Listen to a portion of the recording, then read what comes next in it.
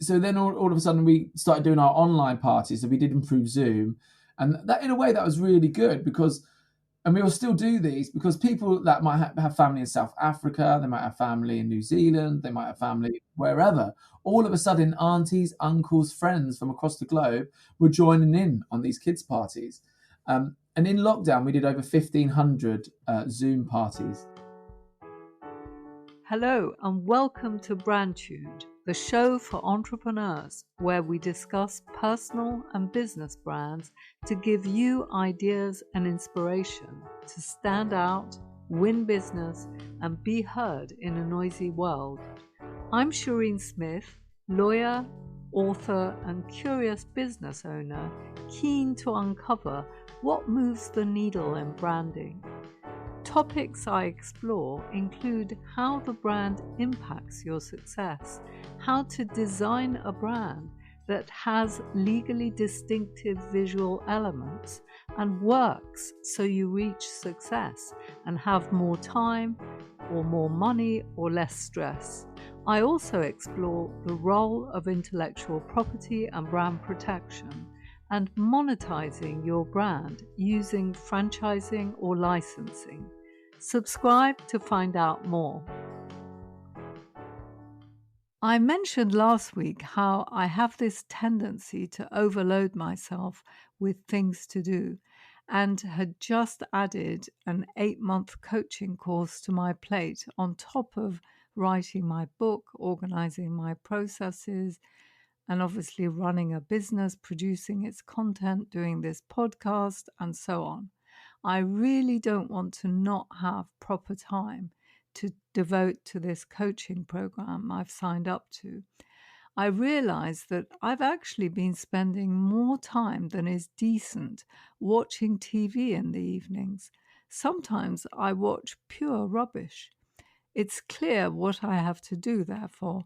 No more TV during the weekdays at least, until the first draft of my book is ready to send to reviewers for comment.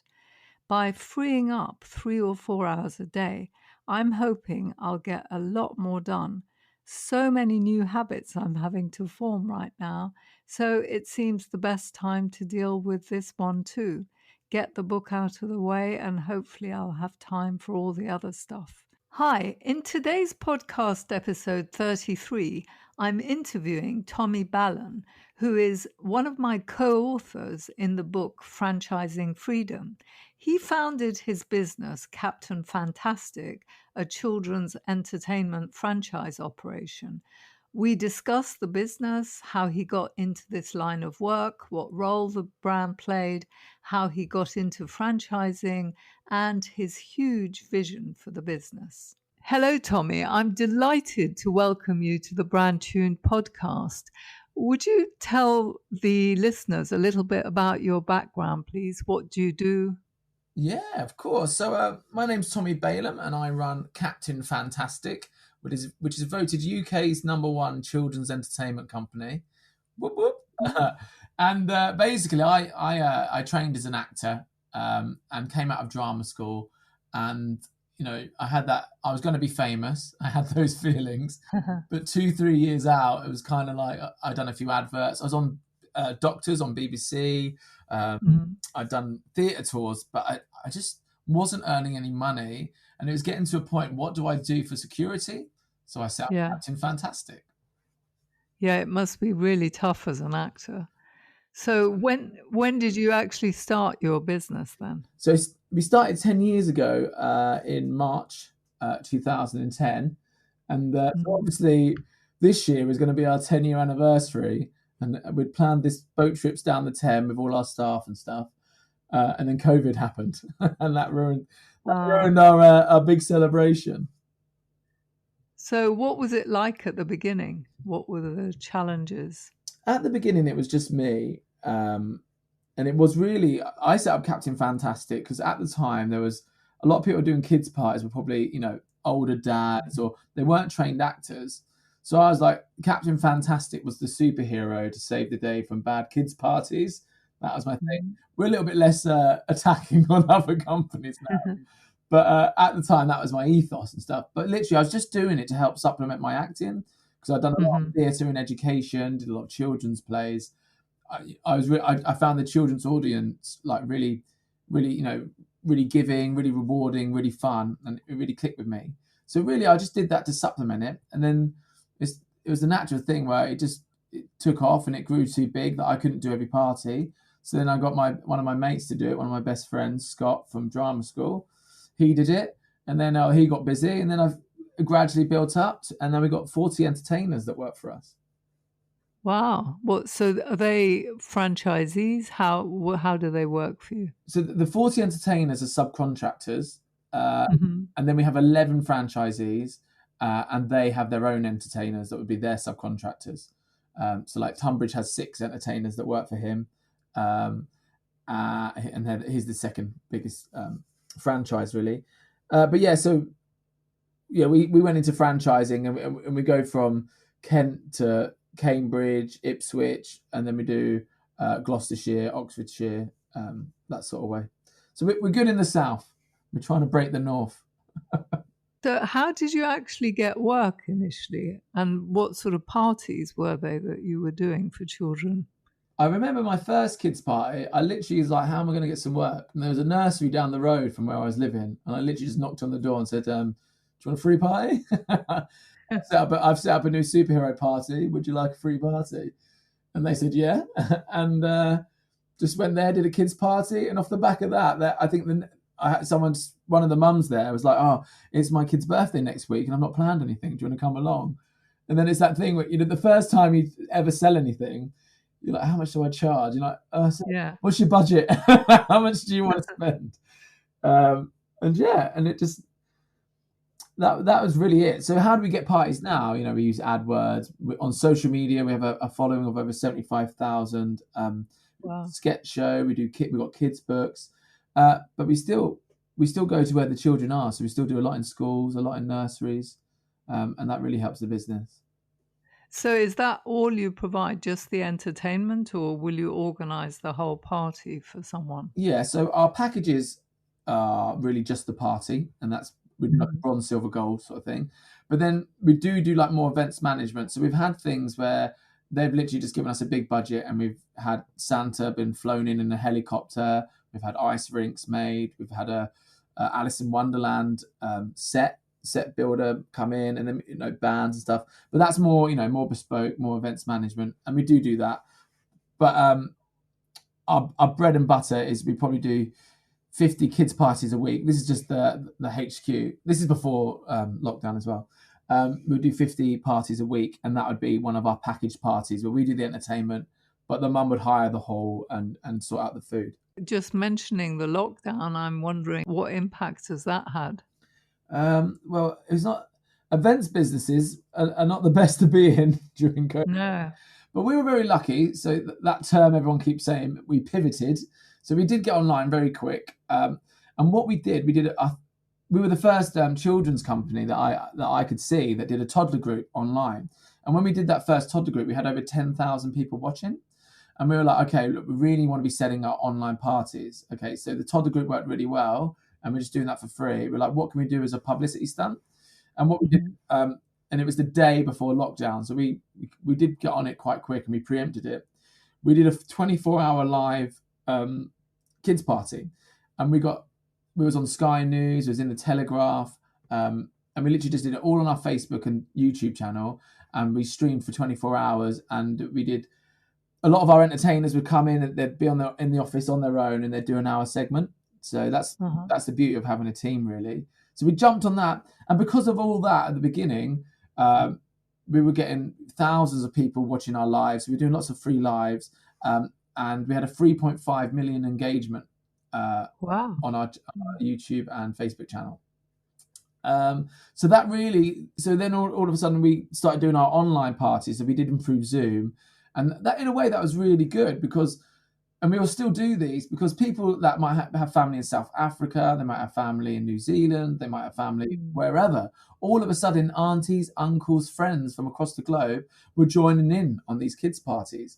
And in lockdown, we did over 1,500 Zoom parties. So Wow. So yeah, the child would be there at home with their family, and then guests watching in, or what? Yeah, exactly. So Yeah. everyone would log in on Zoom. So you know you can have up to 100 people on one of the account that we have. Yeah, and we were doing parties in America, Canada, New Zealand, South Africa. All of a sudden, our UK business was global. Wow, that is quite innovative, really, jumping in so quickly as well. We moved really quick, but the only problem is now it's all kind of fizzled out. I think parents don't really want their kids online because they've been on it an awful lot, and the weather was nice. Mm. So we started doing social distancing parties now, and Mm. they're going okay, but it's 50-50. Some mums, you know, have had enough, and then there's probably the other half of mums that are still very worried. So it's a bit of a juggling act. We're hoping, you know, kids go back to school today. 2 weeks in, hopefully there's not a second spike. More things relax, and you know we can move forward to Christmas. Really, Halloween and Christmas Yeah. are our big things. Yeah, well, it's a good thing you don't have employees, that you're using subcontractors, I guess, No, as so opposed.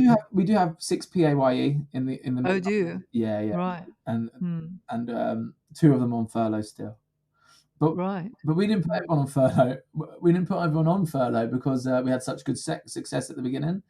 So you know, and then it kind of ran dry in July because the weather got nice. People started going outside. Lockdown was relaxed. So therefore, you know, we didn't really have we had a few people on, and we still didn't have the work for them. So we did leave money towards the end, and you couldn't put them on furlough late. But that's the problem, isn't it? You take the initiative and you try and grow, and you try not to be a strain, and then actually when you need the help, the initiative's gone. So Gosh. we were a little bit burnt there, but you know, we Well, made. that's very ethical. Most people I know seem to have furloughed staff even though they didn't really need to financially. But Well, I think maybe I should have done in hindsight. yeah. I don't. It's a juggling act, isn't it? And sometimes you drop, and sometimes you look good. Yes. Well, let's hope that the vaccine arrives early in the new year and we'll be out of this. Yeah, it would be lovely.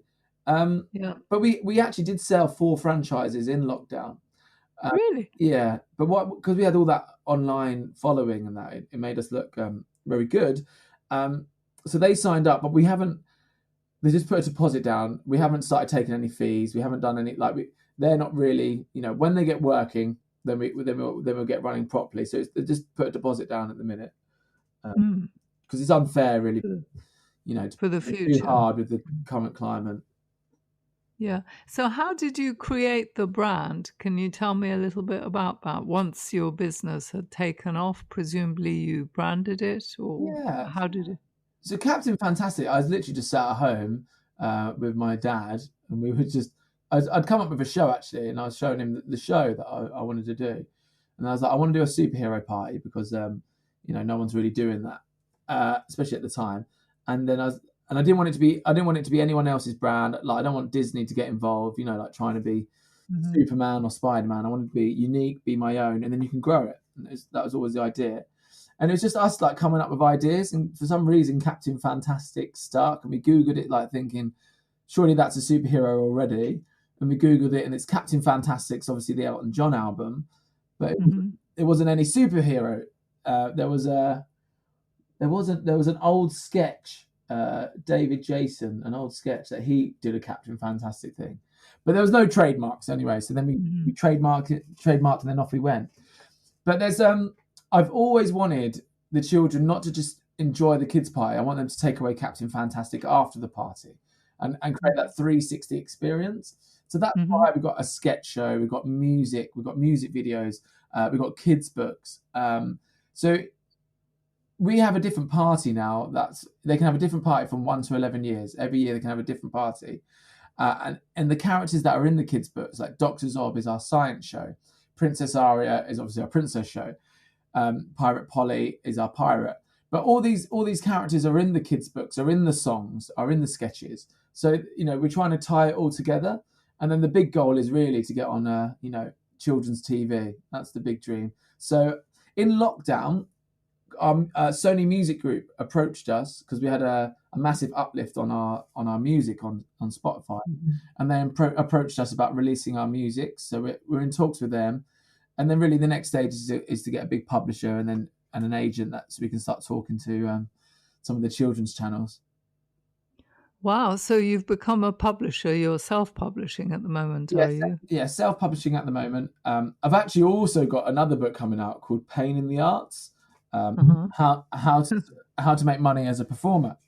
And it's literally just business skills for actors. And so me and my business partner, Ricky, we go around drama schools, just giving talks on, how to set up a business because a lot of actors, all they do is like work in bars, very flexible jobs, coffee shops. It's very low pay, but they're always waiting for that big acting role. But the problem is that can take 10 years, that can take 15 years.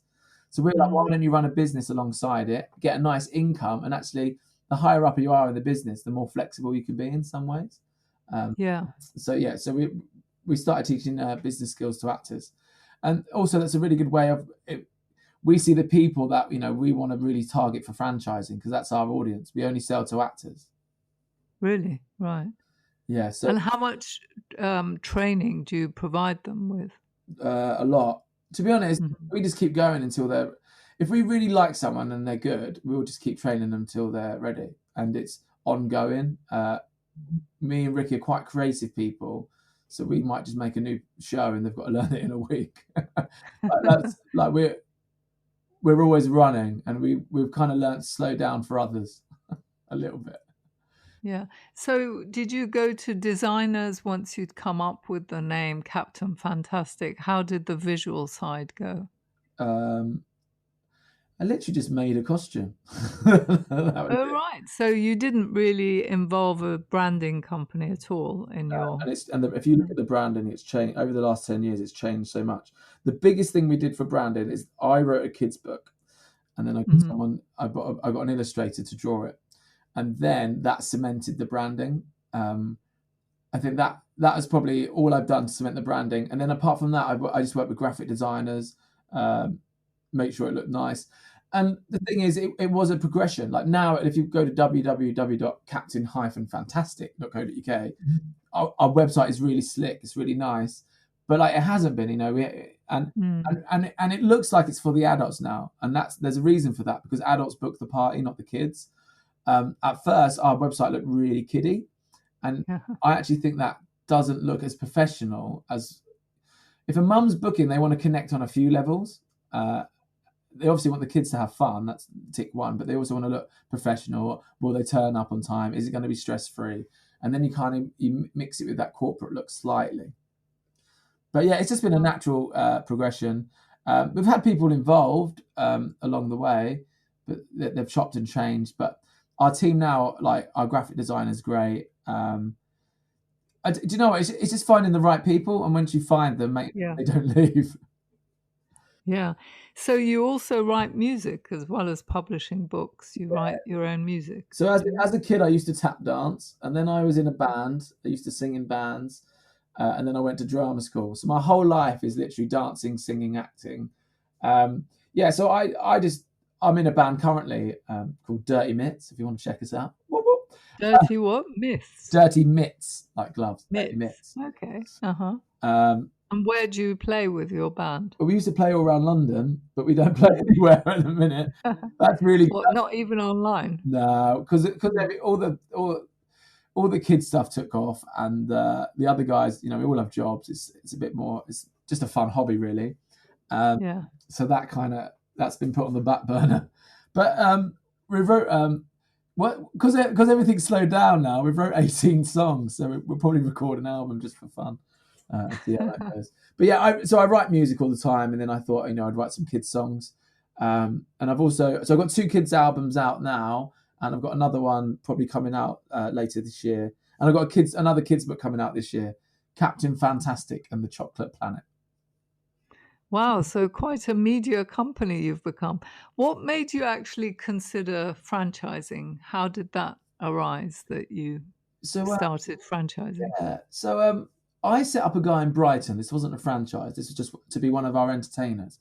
And my thinking was, I'll just set people up, and then I'll take bookings, and then I'll market that area and take bookings. But the guy in Brighton, he might get a job, or he might be, actually, I can't do that weekend now. maybe he wasn't the greatest guy for it, but it was just, I had to keep running I live West London. I had to keep running to Brighton to cover all these parties, and it was doing my head in. So I was like, if someone managed that area, it'd work so much smoother, and there'd be me in that area. And at the time, there was a business accelerator grant. And I was talking to them, look, I want to grow, but I've not managed to get people to work in areas that, I don't really know, or I can't get it going. And they just said, have you thought of franchising? And it was literally because of that. And then I was like, that's so good. Someone manages that area, they grow that area, and they just help. They have as much passion in the brand as you do. So yeah, it's just worked really well, actually. And it was all because of a business accelerator grant that we got in, I don't know, very nice. 15. So how did you actually go about getting ready for franchising? So the things I hate doing, like operations manuals, scripting, everything. So we have a CRM system, and we couldn't do it without that. So we use Zoho, but there's loads out there. And that literally every booking goes through that. And so we can see every franchisee's activity. Because obviously if they went off and did it without that, we wouldn't know. So there is some trust, but the thing is, using our CRM system, it does all the management of the booking. It traces the accountancy, and then it'll also send reminders to book next year. It just really looks after the client, and that process makes it really smooth.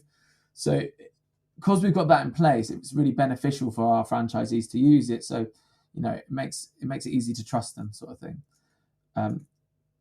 I forgot the question. I just started rambling. Basically, how did you get the operations manual? Did you hire someone in to do it for you? I had to. So I sat. It's one of those things. I'm going to do it. I'm going to do it. I'm going to do it. A week later, I'm going to do it. A month later, I'm going to do it. 2 months later, it's time to employ someone. I'm never going to do it. So I just got a copywriter, and she still copywrites for us now. And literally just dictated everything that I wanted in it. and then you got to get solicitors involved to draw up contracts and run through everything. And we did it through a company called the Franchise Company. Julie Waits was the person we did it with, if anyone's interested. You just actually dictated to the copywriter what you wanted to go into your operations manual. Does that cover how to advertise, how to promote, and so on? It does, but a lot of my guys are actors. The thing is, the operation is all in there, but none of my guys read it. They're not actors aren't necessarily necessarily wordy people or kinesthetic learners. We need to do it physically. I'm sure the operations that it's there, and I'm sure some of the franchises do read it, but a lot of the guys that I'm with are literally just show me it and I'll do it. They just want to be told, and that's it. And that's fine for me. I'm that kind of person as well. So how do you make sure that people have a standard experience, so that if one person has used you, somebody in another part of the country will have a similar experience? How do you handle that? Yeah, it's all training. So we don't, if someone's not ready, they're not going to be going out doing parties. We make sure that they're really good. So that's scripted. There's a training video. And then there's also, we'll do half a day of training with them. They'll go away, learn the show. They might meet up with one of our other entertainers. And then when they're ready, they can perform it to me or to my business partner. But then they also go and watch other entertainers do the show. So we spend a lot of time just getting them ready, because at the end of the day, you're only as good as your weakest entertainer. So we make sure everyone's really good. Everyone's a trained actor. And it's like it is all scripted, and there's all training. It's all made in ways that actors like to learn.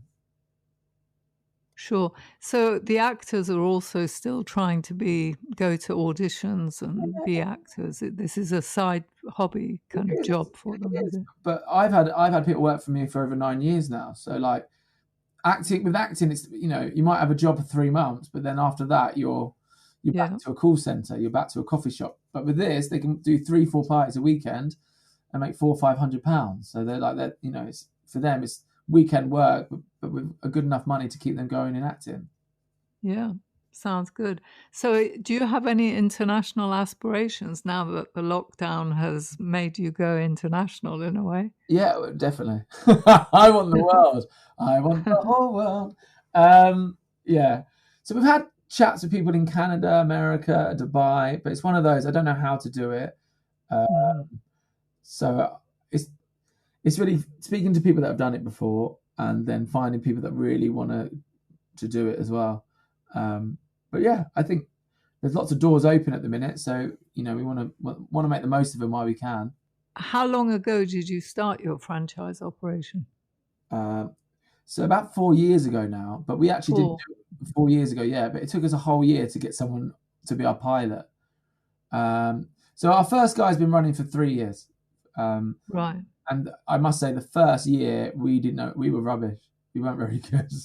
But luckily he was a friend and he was very patient. And well, I say he was one of our entertainers and we became friends. Yeah, so he was very patient, and we were still very much in our business, that we didn't take enough time out for him, and we didn't realize how much hand holding there would be. Whereas now, we've got a few more staff in the office.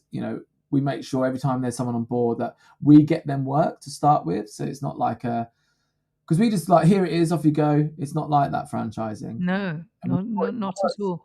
Your role actually changes and you become a trainer. Yeah, really? Definitely. But we weren't. we weren't with Chris for the first year, and then it wasn't working, and then he was like ready to leave, and that's when we did a big. It's only when things go wrong is when you think, actually, I need to really make this work, or what's the point? And then we really knuckled down, and then literally after that, Chris flew, and so much so he's bought another area.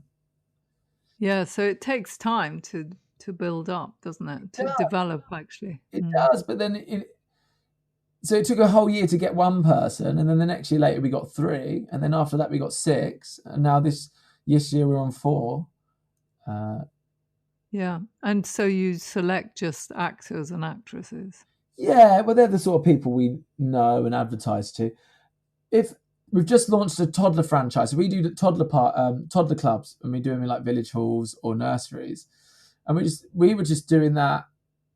We were just doing that to generate parties, really. But then we're like, why don't we just franchise that as well? And also a lot of mums want a job, and their kids have just gone to school, and they really like that age group of toddlers and stuff.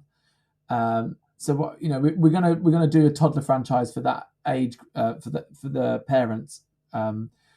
So that's just been launched. But yeah, it's I think each time you do a franchise, though, you got to really know who your client is, or you're going to waste a lot of money, a lot of time. We went to a franchise expo, and it just isn't for us. The people that go to those things would rather be have a coffee machine. Retail sort of businesses. Yeah, than be an entertainer and be singing and dancing in front. That's torture for some people. Yeah, that's great. So your book, presumably the chapter in the book we've both just written, Franchising Freedom, presumably you discuss your franchise and the opportunities? A little bit.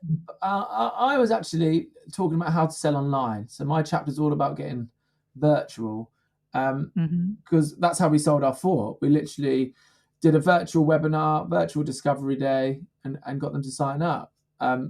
And we'll continue doing that now, because everyone's so used to Zoom. You don't need to go fly to America anymore, to have your big meeting. It's people are so much used to just doing things online. So now people are comfortable to do that. You can get, known, liked, and trusted online. And you don't need to hire a venue. I think I'm going to do that a lot more. Yeah, the challenge with Zoom is that to have eye contact, you've got to look at the lens. But on the other hand, everyone who's there is on a screen somewhere else. So that I've found is one of the main difficulties. I think when you seal the deal, it's nice to shake hands, isn't it? But yeah, not that you're allowed to at the minute. But right. But what is one of those things?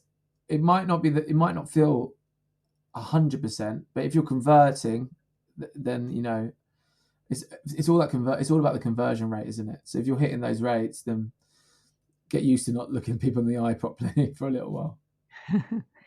Great. Well, thank you very much, Tommy, for appearing on this podcast. My final question really is, which brand do you particularly admire in the franchising world and why, or just anywhere really? I think for me, I can look at stuff like Disney because, just for my market. So like Disney started off with one cartoon, but now it has cruise ships, it has Disney World, it has Disney Plus. It bought out Marvel and owns Star Wars now. But the thing is, it just started out with a cartoon, that small concept. And all they want to do is spread fun and joy and happiness to children. And they do it in as many ways as possible. So for me, that's kind of how I feel about Captain Fantastic. We've started off with this one character, but who knows where it can go. So that's probably my, the company and brand that I look up to for inspiration. And then franchising wise, there's oven cleaning companies that do amazing. So like, I think anything, a niche area. Yeah. I just think anything can do so well. If you package it and you make sure it runs well. I think it's just such a great industry, and I think 90% of franchises are in profit. Where if you start up a business, 80% within 5 years will fail. So you can see why people do it. Yeah, franchising is absolutely great. So thank you very much, Tommy. And that's it. Thank you very much. That's it for this week. Do subscribe to the Brandtuned newsletter to get weekly updates. I'd also love to get your feedback. Just send me an email to info@brandtuned.com. Finally, if you liked the episode, please do share it with your friends and colleagues and review it on iTunes or whichever platform you use to listen to podcasts. If you leave us a 5-star review, it means more people will listen and we can spread the word much more quickly about the podcast. Thank you and bye for now.